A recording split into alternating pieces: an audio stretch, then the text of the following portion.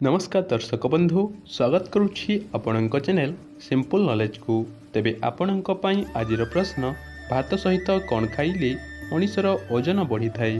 तेबे आपणकर ऑप्शन गुडी कहला ऑप्शन ए लुण, बी दही, सी घी, डी चीनी।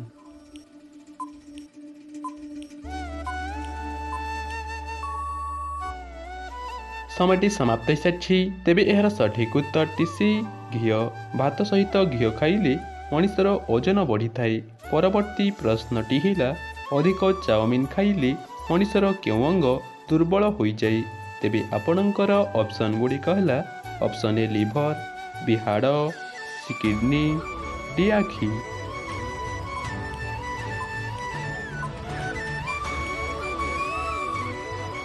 समयटी समाप्त होइसारिछि।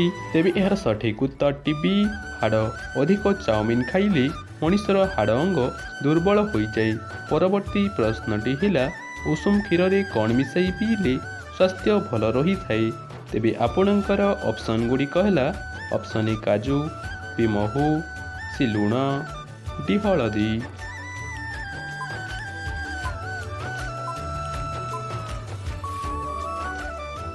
समयटी समाप्त होइसारिछि। तेबे एहार सठिक उत्तरटी डी हलदी।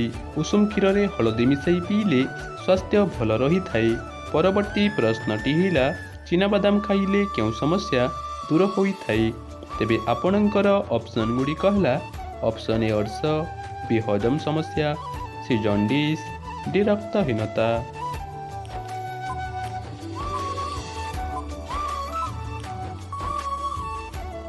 समयटी समाप्त होइसारिछि। तेबे एहार सठिक उत्तरटी बी हजम समस्या। चीना बादाम खाइले हजम समस्या दूर होई थाए। परवर्ती प्रश्नटी हिला केउं रोगींक पई हलदी अत्यंत क्षतिकारक अटे। तेबे आपणकर ऑप्शन गुडी कहला ऑप्शन ए जख्मा, बी होइजा, c kidney stone, d sugar.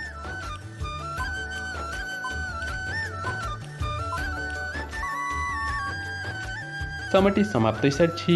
तेबे एहार सठिक उत्तरटी c kidney stone. Kidney stone रोगींक पई हलदी अत्यंत क्षतिकारक अटे। परवर्ती प्रश्नटी हिला केउं खाद्य सबुठारु अधिक प्रोटीन मिली थाए। तेबे आपणकर ऑप्शन गुडी कहला ऑप्शन ए पखाल भात, बी अंडा, सी क्षीर, डी चिकेन।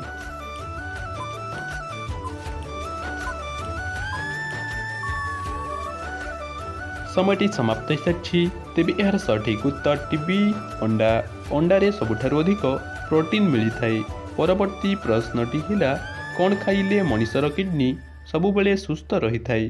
तेबे आपणकर ऑप्शन गुडी कहला ऑप्शन ए हलदी, बी जीरा, सी कंचा पियाज, डी रसुण।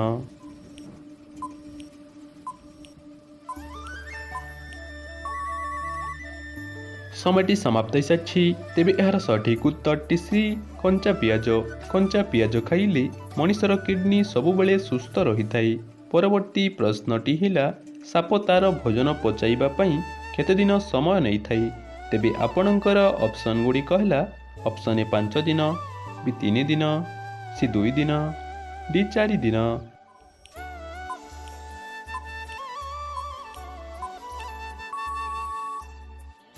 समयटी समाप्त होइसारिछि। तेबे एहार सठिक उत्तरटी ए 5 दिन। साप तार भोजन पचाइबा पई 5 दिन समय नै थाए। परवर्ती प्रश्नटी हिला मांडिया खाइबा द्वारा केउं रोग ठीक होई थाए। तेबे आपणकर ऑप्शन गुडी कहला ऑप्शन ए कैंसर, बी मिलीमिला, सी होइजा, डी हार्ट रोग।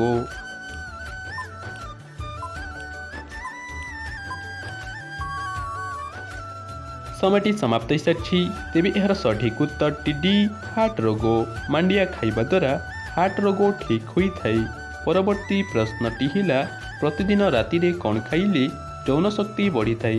तेबे आपणकर ऑप्शन गुडी कहला ऑप्शन ए किसमिस, बी काजू, सी खजूरी, डी दालचीनी।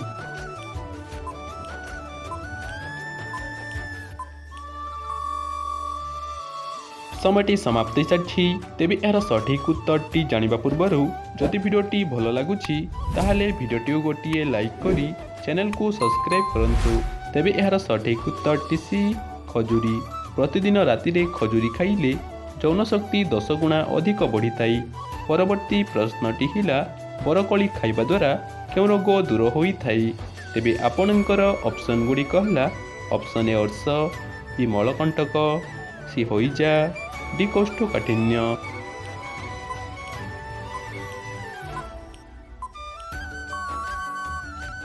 ସମୟଟି ସମାପ୍ତ ହୋଇସାରିଛି। ତେବେ ଏହାର ସଠିକ୍ ଉତ୍ତରଟି ଡି କୋଷ୍ଠକାଠିନ୍ୟ। ବରକୋଳି ଖାଇବା ଦ୍ୱାରା କୋଷ୍ଠକାଠିନ୍ୟ ରୋଗ ଦୂର ହୋଇଥାଏ। ତେବେ ଆଜିର ଅନ୍ତିମ ପ୍ରଶ୍ନଟି ଆପଣଙ୍କ ପାଇଁ ରହିଲା ଗାଜର ପରିବାକୁ ଇଂରାଜୀରେ କ'ଣ ବୋଲି କୁହାଯାଏ? ତେବେ ଆପଣଙ୍କର ଅପସନ୍ ଗୁଡ଼ିକ ହେଲା option a onion, b carrot, c cabbage, d କୁକୁମ୍ବର।